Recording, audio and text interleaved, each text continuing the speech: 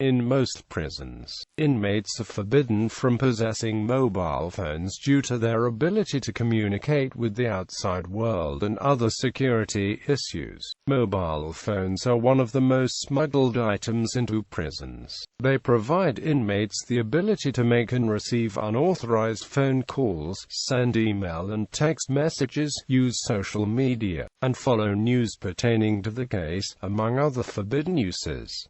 Methods of smuggling. Most mobile phones are smuggled in by prison staff, who often do not have to go through security as rigorously as visitors. Security of staff is often less intense because this would be time-consuming on the part of the staff. Union prison employees are paid for this time, and it would increase the overall cost of operations. More rarely, they are smuggled in by visitors, who must undergo tougher security checks by inmates who permitted to leave, or by outsiders who establish contact with inmates alongside the prison fence. Once inside prison walls, the devices end up in the hands of inmates who purchase them with cash, which is also contraband in most prisons. Black market prices vary by prison, and can be up to $1,000 USD.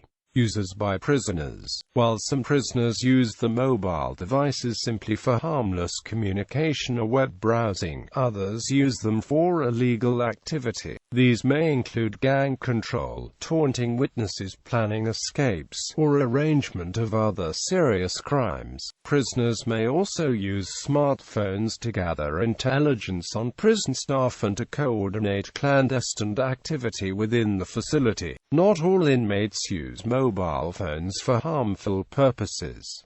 Many inmates use them to hold innocuous conversations with family and friends. In South Carolina in September 2012, an inmate using an illegal mobile phone alerted authorities about an officer being held hostage, leading to that officer's rescue.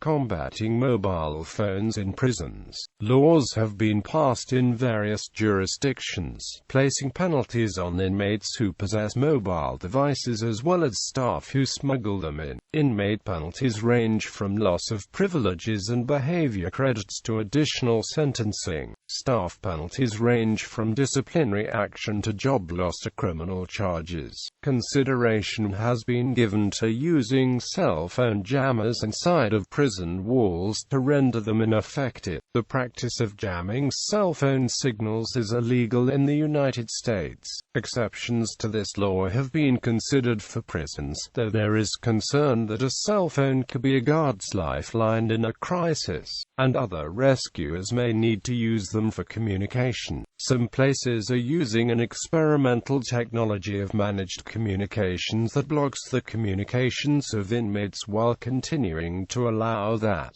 of others. This managed access system technology was first deployed at Mississippi State Penitentiary in 2010 by TechCore Networks. Special dogs have been used to sniff for cell phones coming into prison walls. Mobile phones have a unique scent, and these dogs have been trained to detect it. One solution would be to enable the correctional facility to automatically detect and locate contraband 2G, 3G, 4G and Wi-Fi mobile devices, thereby enabling the facility staff to confiscate the phone and neutralize the threat completely. An automatic 24/7 detect and locate solution such as this bypasses the weaknesses inherent to jamming, managed access solutions, and phone sniffing dogs.